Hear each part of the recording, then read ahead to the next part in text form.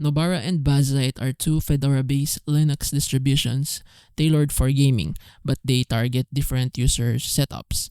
Nobara focuses on desktop gamers with multimedia patches, wine tweaks, and out-of-the-box support for proprietary drivers.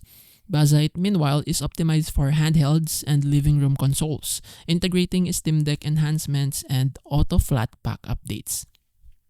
Nobara offers a traditional desktop experience with flexibility for workstation use, making it ideal for users who want control over their environment while benefiting from gaming optimizations.